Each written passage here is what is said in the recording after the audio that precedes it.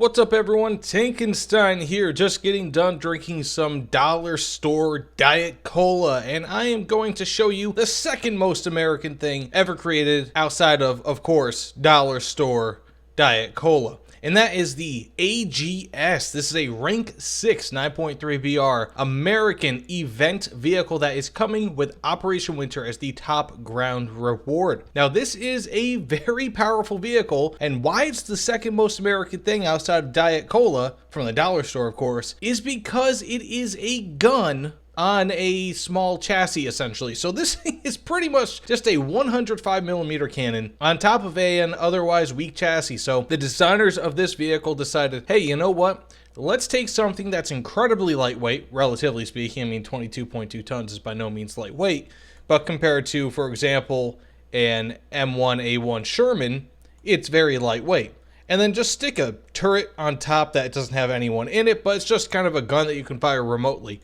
And that's how this was created. So it's a really nifty vehicle. I've used it a few times thus far, and it's very powerful. So it kind of functions similarly like an in-between between the XM8 and the Stryker, bearing the kind of a similar playstyle to the XM8, but without the turret. So it's kind of like the Stryker in that regard. Meaning that you probably won't get, like if someone shoots this, you won't die. Your crew will, well, likely not die unless, of course, it explodes and destroys your crew from top down. Now, that being said, this actually has a fairly decent amount of I guess you could say, technologies that would help it be successful at this BR, including thermals, a laser rangefinder, good APF SDS options. So it has the C76A1 and the M735. Now, you might look at this and say, oh, wow, they have the same exact penetration. But the thing is, with the C76A1, if you look at that 60-degree and the 30-degree pen, and you look at it here, no comparison. This just does so much more, and it gets even better when you increase the amount of degrees. So it's just a really great vehicle in that regard. And again, very similar to the XM8, which was a previous crafting event vehicle. So as you can see here, very similar, pretty much the same, as a matter of fact, when it comes to various things, except this has smoke grenades that you can get, which are right here, and this has smoke grenades, if I'm not mistaken, standard, and you can instead add the level 3 armor kit, which takes away the smoke grenade. So it's really very similar and very similar playstyle, but I'll get into that in just a second. So I'm trying something new, guys.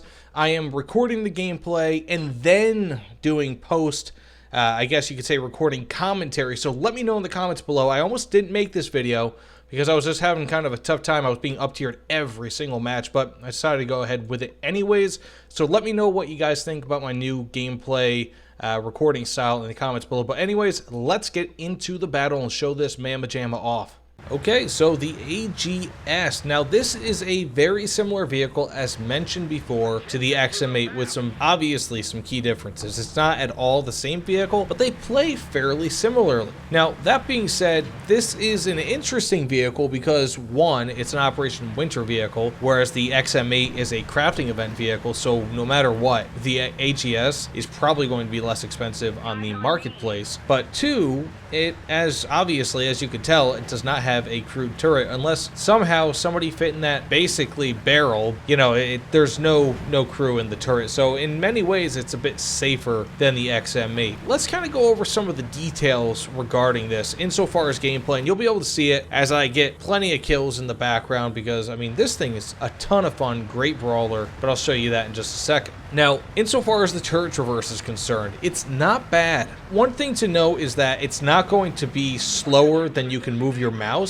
unless your mouse has that much DPI, or your controller, unless it's that sensitive. So the turret traverse is not all too bad, at least when zoomed in. Now, zoomed out, when you're zooming through city streets and all that, especially when you're looking to go from, let's say, you're just kind of zoning out, scoping out, you know, various streets and all that, it might not be all too effective. You will want to get a fully researched crew for that, because quite honestly, I mean, there were several times where I kind of felt like, hey, if there's someone down this road, I will die. So that's very, very important to note. Secondly, the gun stabilization. If you've played the XM8, then you'll know what I mean. And if you haven't played the XM8, go check it out. You know, seriously, give it a test drive. Go through the testing grounds at full speed, and you'll see what I mean. But the gun stabilization on this is very similar to the XM8, and it's just extremely bouncy. So while it stabilizes very quickly after you slow down, going across rough terrain especially, this is not going to be your friend. There were numerous times in earlier gameplays and in earlier games today where I died because the gun did not stabilize quickly enough,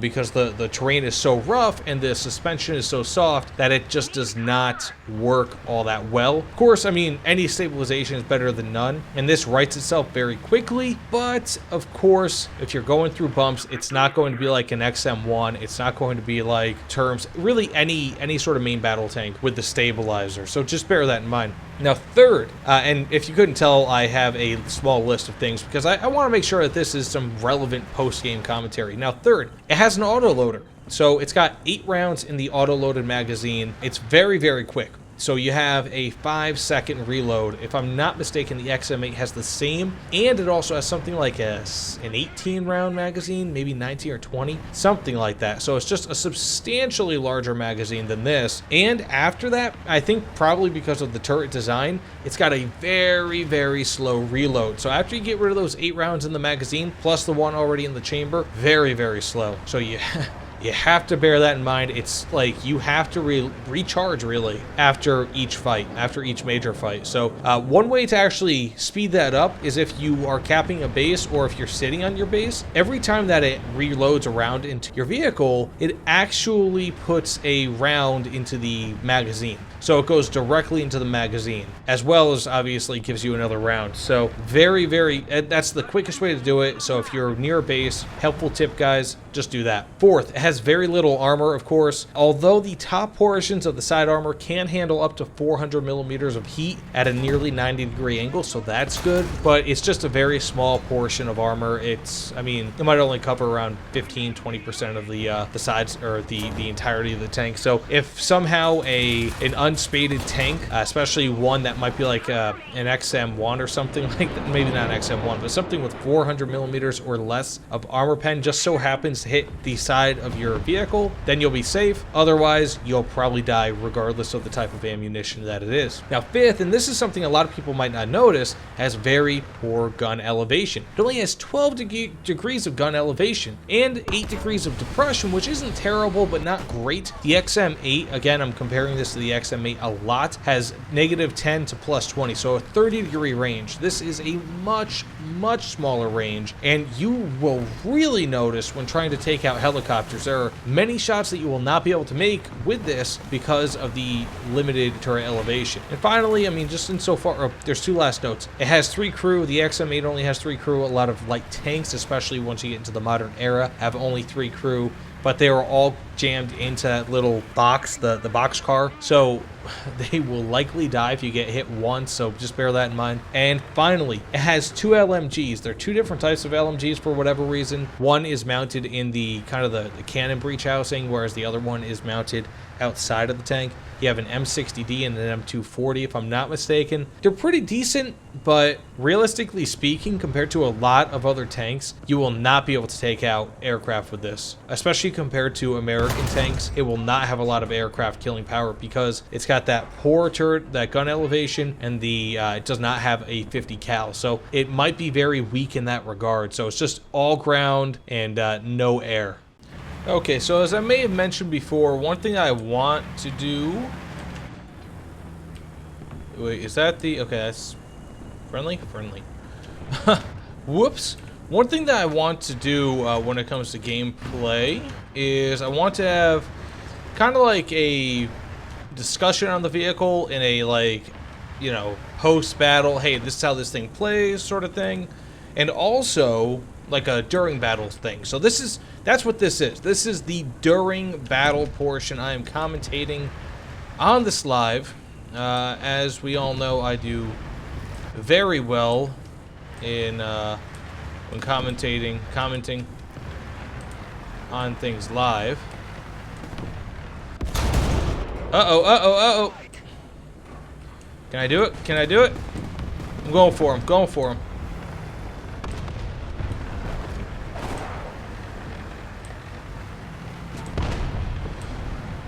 What's he doing? What was he doing? Did he know what? I don't even think he knew what he was doing. Okay. Hey, that was a gimme. I'll take it. But yeah, no, I mean, this thing actually functions very well. Oddly enough, in a brawler role. So, while the Stryker is also another thing to note that I'm playing with this live. The Stryker, for example, is this big, tall vehicle, an APC, yada yada yada, right?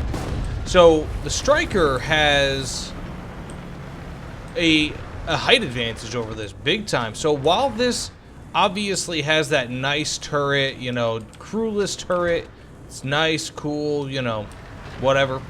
The problem with it is that as opposed to, for example, the Stryker, ooh, I think I hear someone.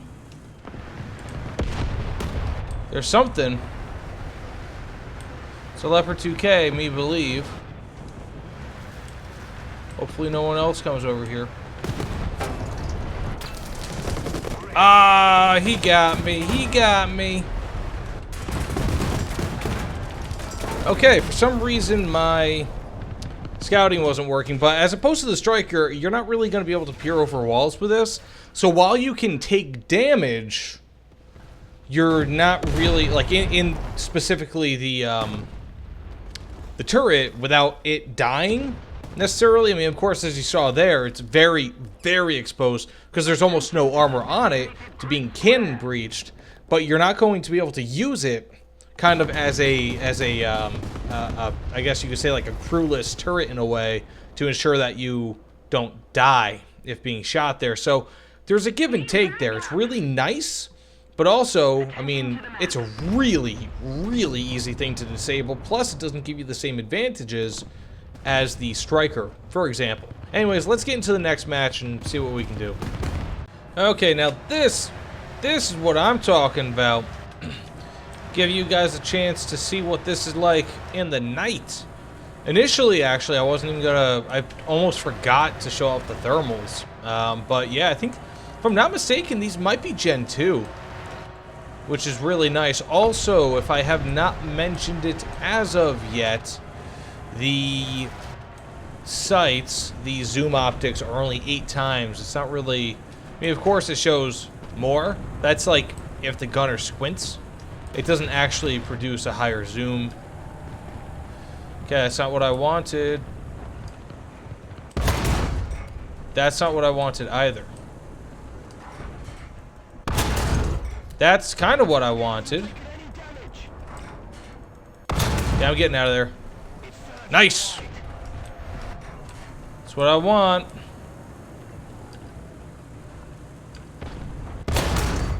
That's also kind of what I want.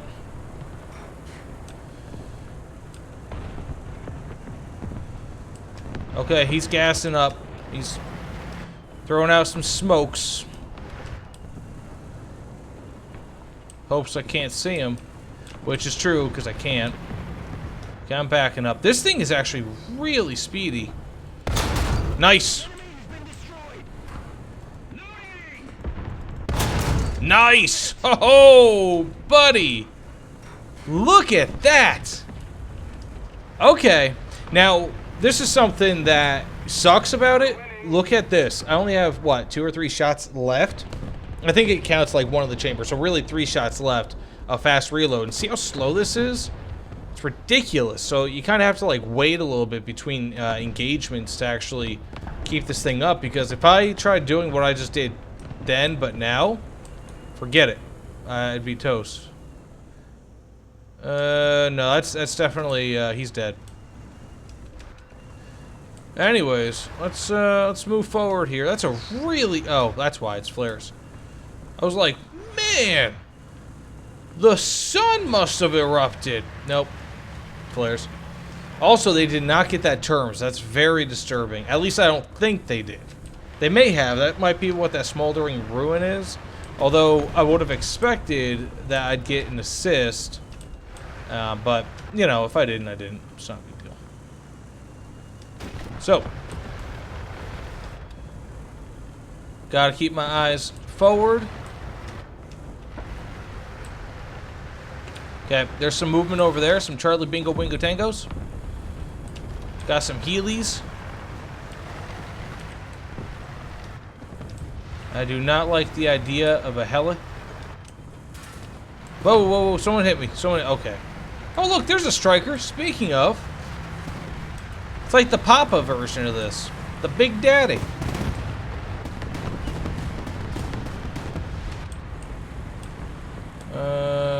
One, two, three, four. I shouldn't be here. 5.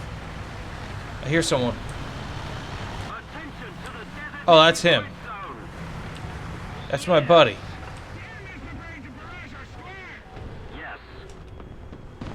Wait, did I just...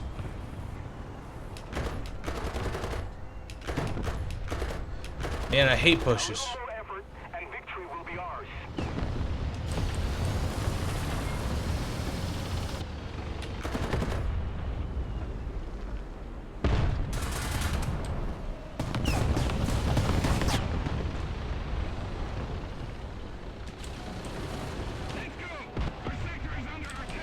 Uh-oh, uh-oh.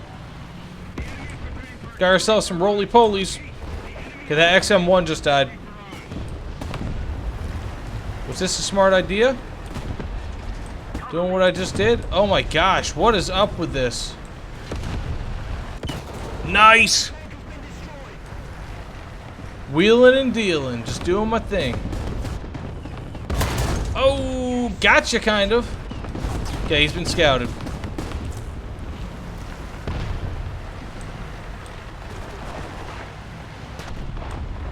Ah, I should have done it.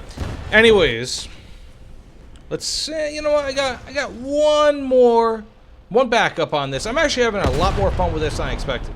Okay, so that last match, unfortunately, after I used my backup, turned out to be literally nothing, and I didn't see an enemy until the end of the match, in which we won. But that being said, do I like this vehicle? Yeah, I like it a lot. I like it pretty much about the same as I like the XM8. Maybe a little bit better, though, because I feel like this is a sneakier vehicle. It's got the add-on armor. I mean, of course, you could put the add-on armor on this, and it weighed just even a little bit more than this. So, I mean, it just has really nice composite screens there, but that's such a small portion of the vehicle for people to hit, where they could hit anything else and this thing is going to die. So, do I like it? I do. Do I think that you should purchase this over the XM8? I don't know. It's a tough call. I think the XM8 is going to be better at dealing with lighter vehicles, largely because it has that 50 cal, whereas this does not. So, in that case, this is going to be cheaper for quite a while over the XM8 on the marketplace, especially considering it's an Operation Winter vehicle as opposed to a crafting event vehicle. But, yeah, I mean, heck, you know, I mean, unless this goes up really in price, I'd say it's worth it.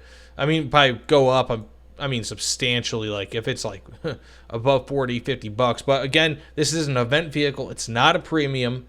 You're not going to be getting premium bonuses with this. And as much as Gaijin might make it look really pretty for me and for everyone who's watching this gameplay, this is not going to happen to you. You will have to grind from parts on down, and I cannot imagine that this will be a fun and easy vehicle to grind with. But either way, thanks so much for watching, everyone. Please like, comment, subscribe. You guys know the dealio. Thanks so much for watching, and let me know what you guys think about that, about my new kind of gameplay sort of style, where it's part commentary, post commentary, part live. So let me know in the comments below. But either way, thanks again, and I'll see you all on the other side. Take care, everyone.